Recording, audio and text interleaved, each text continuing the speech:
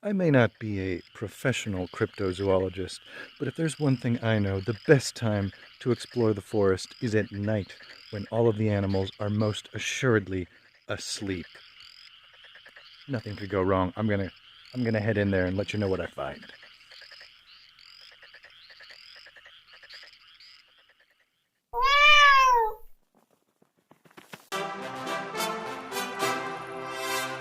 We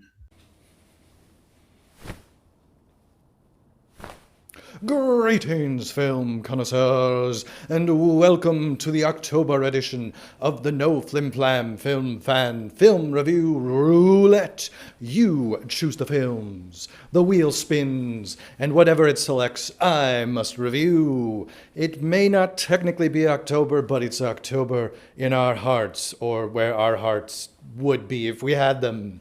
Can you guess from the title of this episode and the introduction which film is gonna spin out this time?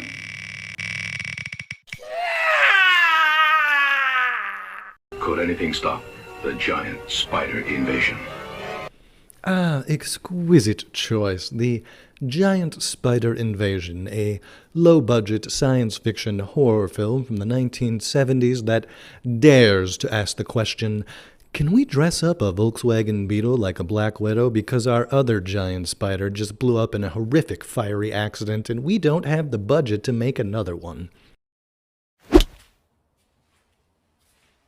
If you have any knowledge of this film at all, it's likely that one of two things is true. First, perhaps like me, you were born up in the hinterlands of northern Wisconsin on a cold, snowy July morning, and this film, which was created in your neighborhood, just happens to be part of the local folklore you hear about growing up, like children hearing about sparkling wine in the Champagne region of France, or Bigfoot in the Pacific Northwest. Second, perhaps also like me, when you were a child, you would stay up late at slumber parties watching Mystery Science Theater 3000, and you caught the Season 8 episode that features the giant spider invasion. Wait a minute, we can't hunt. We're not drunk enough yet. Because of my personal connection to this film, I decided to venture back to my birthing grounds like an eight-legged salmon and perform pithy paranormal investigations into the alleged existence of otherworldly arachnids. But first, let's knock out a quick review of the Giant Spider Invasion. Well, hey there, little buddy. It's me, Alan Hale Jr. Remember me? Gilligan's Island? I played the skipper. Oh, that was such a popular television program, and it was only canceled about a decade before this film was released. Yeah, I'm pretty much the biggest star of the Giant Spider Invasion. Don't mean to brag, but I spend most of the movie behind this here phone just chatting. Oh, it's a giant spider! It's from outer space! Or was it an alternate dimension? I don't know, there's an explanation, but who cares? Spider! Spider! Spider! Spider, that's my review.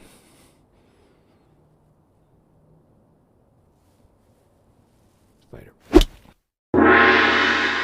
Look. If you like schlocky, low-budget horror, you'll probably like The Giant Spider Invasion.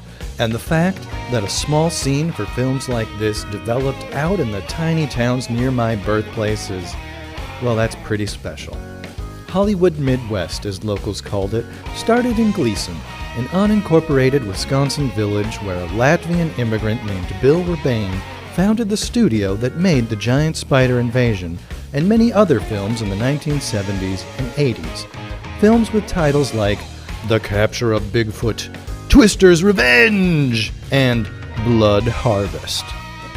Blood Harvest features Tiny Tim, yes, Tiptoe Through the Tulips Tiny Tim, as a crazed killer clown in what was his first and only leading role. Perhaps putting truth to that age-old axiom, insane clowns live longer in posses. Film production in Gleason stopped after Bill unfortunately suffered a stroke in 1989 and had to close the studio. But if you happen to visit the area, swing by the nearby town of Merrill and check out their historical society to see a now nearly 50-year-old giant spider restored and preserved from the production of The Giant Spider Invasion. And now, let's take a look at my investigation into the existence of giant spiders in northern Wisconsin. I'm here in the outskirts of Gleason, ground zero of the giant spider invasion, and we're about to find out how much of this was based in reality and how much is just local fiction.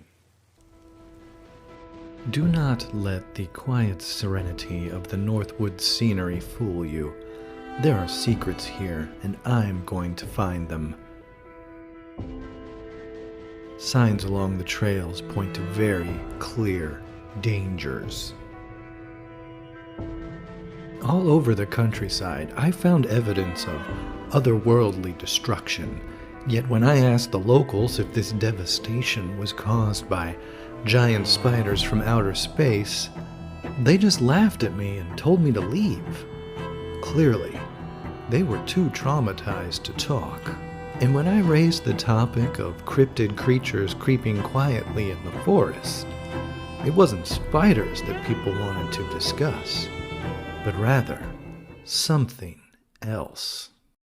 Seated outside of this restaurant is the most infamous cryptozoological abomination ever conceived by the totally inebriated people of northern Wisconsin.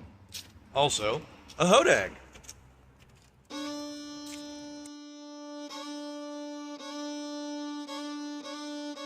The Hodag is a dinosaur-like dog-eating forest dweller, first brought to attention in the late 1800s in the town of Rhinelander. A man named Eugene Shepard claimed to capture one and, naturally, charged people money to come and see it. Like, meet the Hodag, #1 attraction of Gene Shepard's traveling cabinet of curiosities. I'll provide a link with this video to a history of the Hodag written by a more experienced paranormal investigator than myself. But suffice to say that eventually, most people stopped believing in Mr. Shepard's traveling Hodag show. But that didn't stop the community from going all in on the Hodag as a local mascot. You can find this critter all over Rhinelander. I mean, just all over. I wanted to see a real Hodag, if one exists. So I stopped by the Grace Foursquare Church. Nestled deep in the Rhinelander woodlands, this facility very clearly takes its name from the proprietary four-square wooden pen they use to house the Hodag. However, after walking all around, I found no trace of the beast. One of the pastors informed me that they had been graciously allowing the community to use their facility for COVID testing and vaccinations. So it seems obvious to me that they must have released the Hodag back into its natural habitat out of a concern for public safety on their property. I'd have to hit the trails if I was to find anything. So, I set out to the forest in search of clues of cryptids. The signs that warned me of dangers along the trail earlier were very accurate, but this told me nothing of the Hodag or giant spiders. Were these children playing or fleeing in terror? I had to dig further.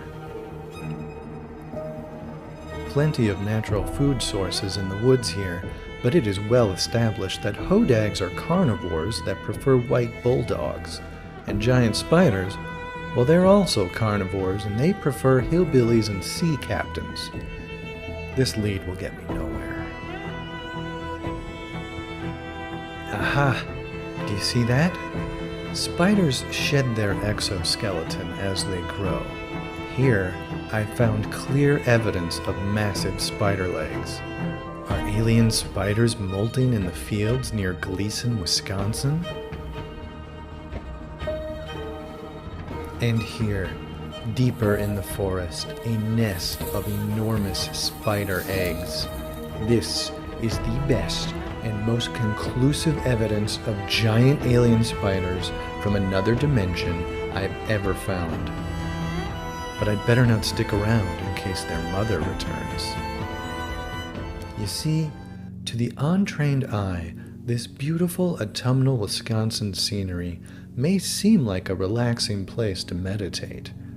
But to a professional paranormal investigator like me, it is a calamitous cove of clandestine cryptozoological carnage cautiously awaiting the chance to consume casual commuters. Stay safe out there.